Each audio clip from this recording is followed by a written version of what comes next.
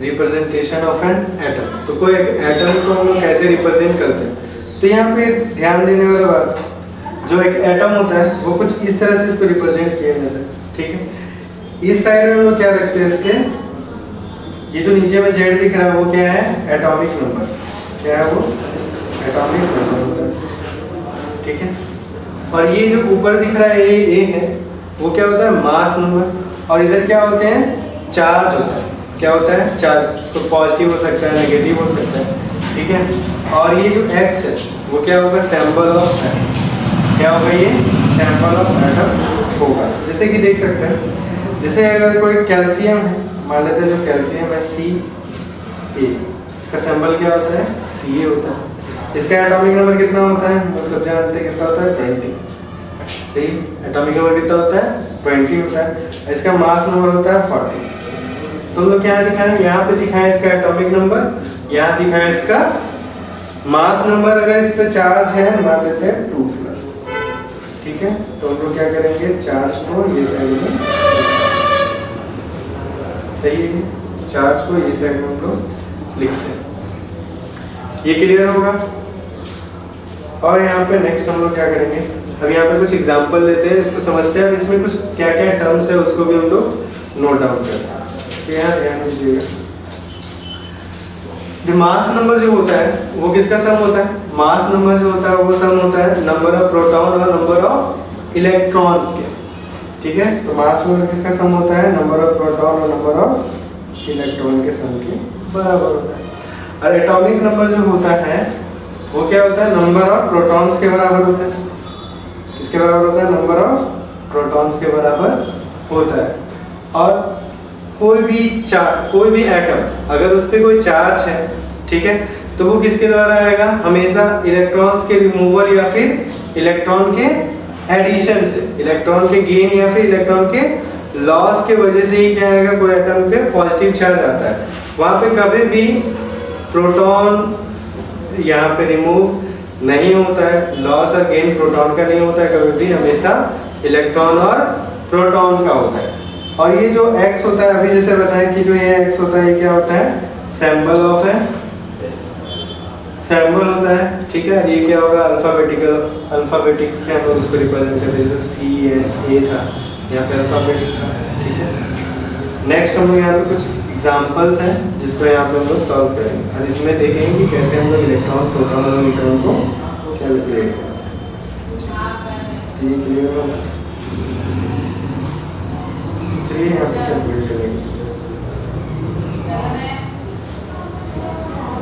जैसे यहाँ पे ये है सैंपल कार्बन का, ये क्या है, कार्बन का सैंपल है, सही है।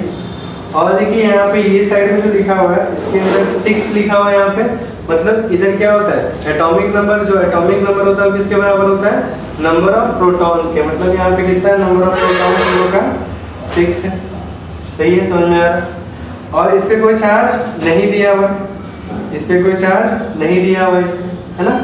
इस पे कोई चार्ज नहीं है, तो मतलब यहाँ पे क्या होगा जी, कोई भी इलेक्ट्रॉन का लॉस या फिर गेन नहीं हुआ होगा।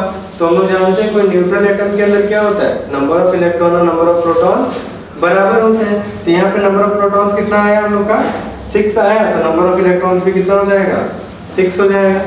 और अभी हम लोग पढ़े कि मास नंबर जो होता है वो किसके बराबर होता है, number of proton plus number of neutron के। यहाँ पे देखिए जो मास नंबर जो दिया हुआ है, वो मास नंबर कितना दिया हुआ हम लोग को, 14 दिया हुआ, कितना दिया हुआ, 40।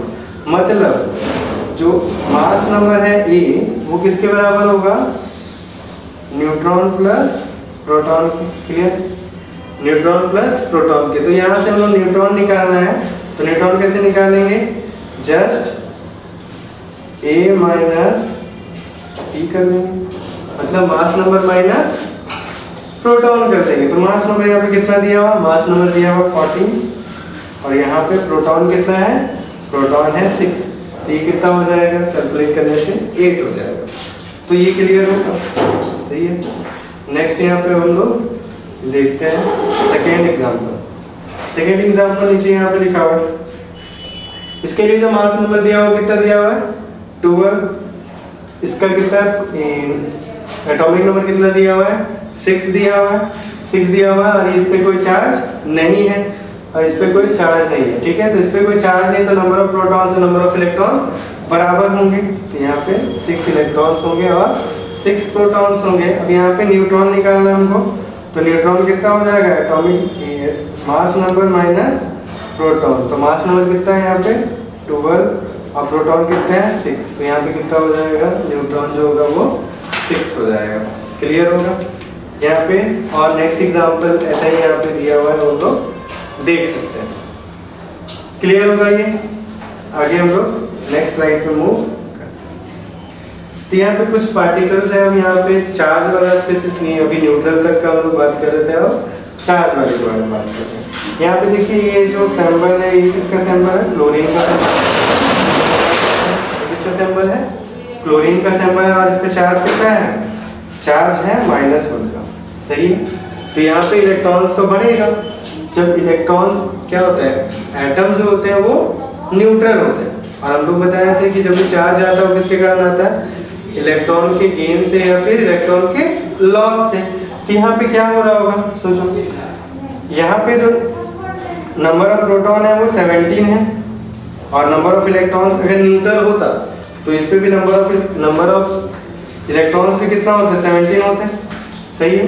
तो एक पॉजिटिव और एक नेगेटिव, एक पॉजिटिव और एक नेगेटिव, ठीक है। तो एक पॉजिटिव एक नेगेटिव कितना हो जाएगा, टोटल चार्ज इस पे 0 हो जाएगा। लेकिन यहाँ पे क्या आ रहा है, माइनस चार्ज, मतलब एक इलेक्ट्रॉन क्या होंगे इसमें, ज्यादा होंगे।